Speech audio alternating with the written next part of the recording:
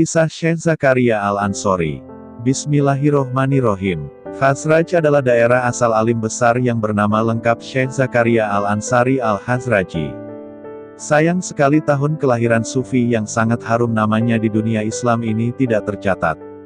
Namun kiranya nama besar Syekh Zakaria bisa menutup kealpaan sejarah.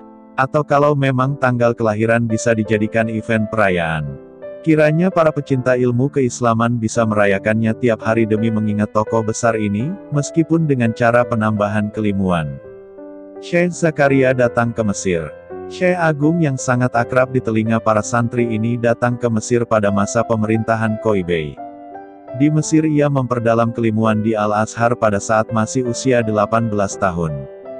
Tentang kisah kehidupan Syekh Zakaria sejak mulai datang ke Mesir hingga akhir hidupnya, ia ceritakan kepada muridnya, "Syekh Syarani, kamu mau aku beri tentang perjalanan saya dari awal hingga akhir?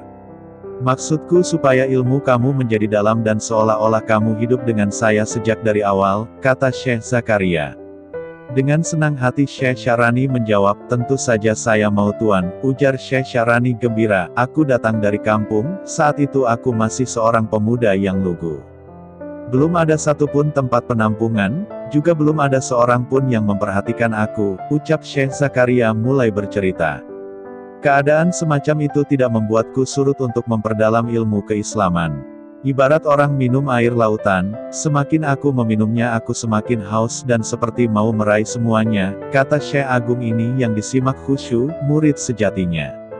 Suatu malam, aku lupa kapan itu terjadi, aku keluar mengambil kulit semangka yang tergeletak hina di samping tempat wudhu. Aku mencucinya dan makan rizki yang bagiku itu sangat berarti. Rupanya kebiasaan orang miskin yang aku jalani ini diketahui oleh seseorang yang kemudian aku ketahui bekerja di tempat penggilingan gandum.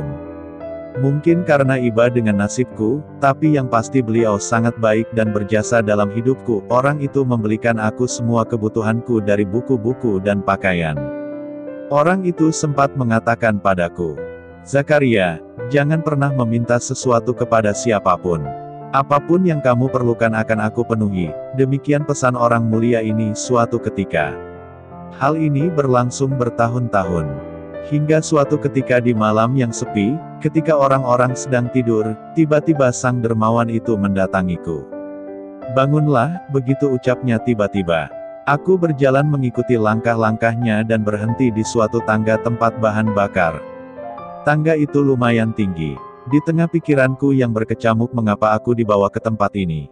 Tiba-tiba orang mulia itu berkata kepadaku, "Naiklah," ujarnya, "naik tangga ini."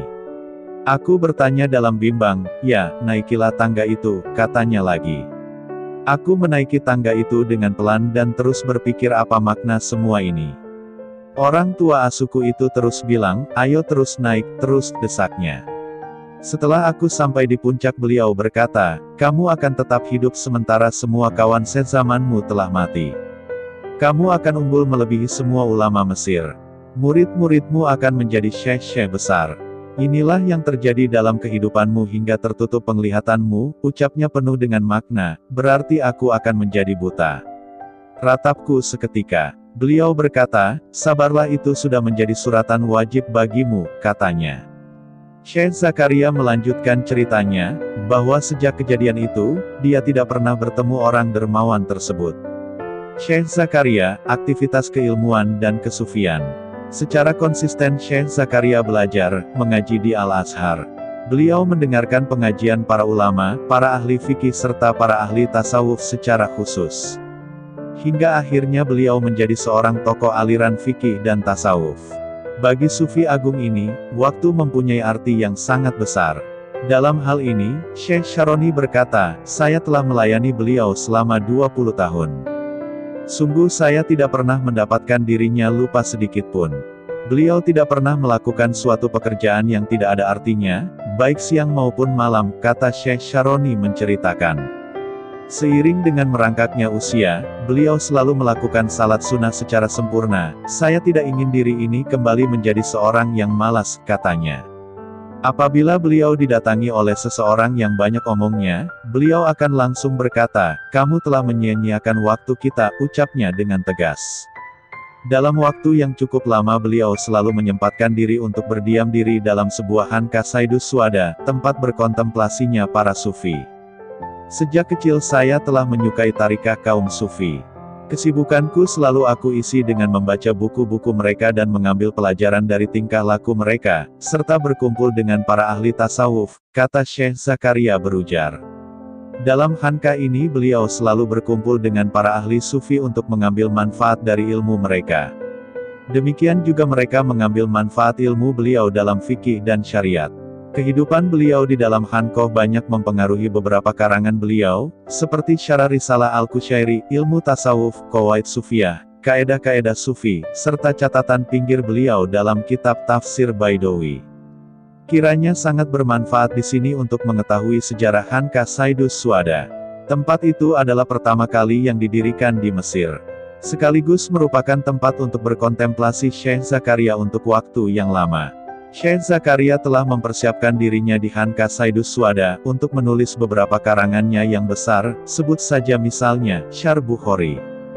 Kadang-kadang beliau menyuruh muridnya Syekh Syaroni untuk membantu menulis. Lantaran seni tulisan Syekh Syaroni terbilang bagus, apabila saya duduk dengan beliau, seolah-olah saya duduk dengan para raja yang solih dan arif.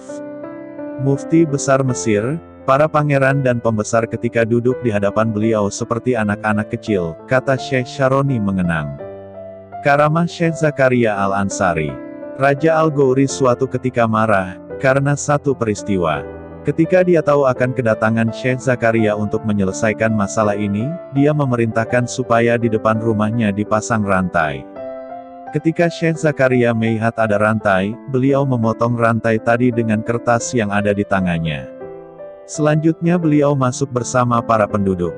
Tertulis dalam biografi beliau, bahwa permulaan, kasif tersingkapnya rahasia ilahi, muncul setelah beliau mengarang Syarah Bahjah, di mana orang-orang tidak mengakui bahwa itu merupakan karangan beliau.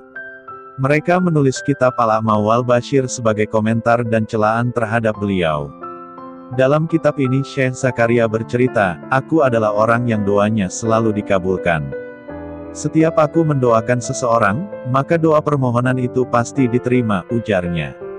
Lanjut Syekh Zakaria, bahwa saat itu ia sedang itikaf di 10 hari terakhir bulan Ramadan di Masjid Al-Azhar, tiba-tiba Syekh Zakaria didatangi seorang pedagang dari negeri Syam. Mata saya telah buta, kata pedagang itu kepada Syekh Zakaria. Lanjutnya, orang-orang menunjukkan saya agar datang kepadamu wahai Syekh, doakan saya supaya penglihatan saya dikembalikan, ucap pedagang itu memohon. Kemudian Syekh Zakaria berdoa kepada Allah memohon supaya penglihatannya dikembalikan. Kalau penglihatanmu dikembalikan, kamu harus meninggalkan negeri ini, ujar Syekh Zakaria. Syekh Zakaria mengatakan kepada pedagang itu, karena dalam kasifku ia sembuh dalam 10 hari. Juga karena aku takut jika dia sembuh di Mesir, dia akan cerita pada orang banyak, ucap Syekh Zakaria. Maka pergilah pedagang tersebut dan dikembalikan penglihatannya di Gaza, Palestina. Setelah sembuh dia mengirim surat dan saya membalasnya, jika engkau kembali ke Mesir, maka kamu akan buta lagi, kata Syekh Zakaria dalam suratnya. Demikianlah, dia terus menetap di Al-Quds sampai akhirnya mati dalam keadaan tidak buta. Syekh Syaroni bercerita, bahwa suatu hari ia mengaji pada Syekh Bukhari. Di tengah-tengah bacaan pengajian, Syekh Bukhari berkata kepada Syekh Syaroni, cukup, ceritakan padaku mimpimu malam ini, ujarnya. Memang aku telah bermimpi aku bersama Syekh Zakaria dalam suatu kapal yang layarnya dari sutra, tampar dan permadaninya dari sutra hijau tipis, ada banyak balai-balai dan bantal dari sutra. Di situ aku melihat Imam Syafi'i duduk dan Syekh Zakaria di sampingnya. Kapal ini terus berjalan dan berhenti di Pulau Bak Hati ikan yang sangat bagus. Ada perkebunan, buah-buahan dan wanita-wanita cantik, kata Syekh Syaroni menceritakan mimpinya kepada Syekh Bukhari. Lantas apa kata Syekh Zakaria tentang ihwal mimpimu itu wahai Syekh Syaroni? Kata Syekh Bukhari tidak sabar, kata beliau kalau mimpiku ini benar, maka beliau akan dimakamkan di samping Imam Syafi'i radhiyallahu anhu, ujarnya. Ketika Syekh Zakaria meninggal dunia, para muridnya telah menyiapkan makam di Bab Nasr. Terkait dengan mimpi itu banyak kawan Syaroni yang menganggap bahwa mimpi itu bohong dan tidak mempercayai Syekh Syaroni lagi. Namun pada saat itu datanglah utusan dari Pangeran Khairbik, wakil raja, sambil berkata, "Raja sekarang ini sedang sakit dan tidak mampu datang ke sini. Raja memerintahkan kalian untuk membawa Syekh Zakaria ke Medan Kola untuk disalati di sana," ujar wakil raja tersebut. Setelah salat, Khairbik berkata, "Makamkan saja Syekh Zakaria di pekuburan Syekh Najmuddin Al-Hayusyani di depan Imam Syafi'i," titahnya kepada pengawal kerajaan dan murid-murid Syekh Zakaria. Seketika terbuktilah ihwal mimpi Syekh Syaroni ini terjadi pada Zulhijjah 926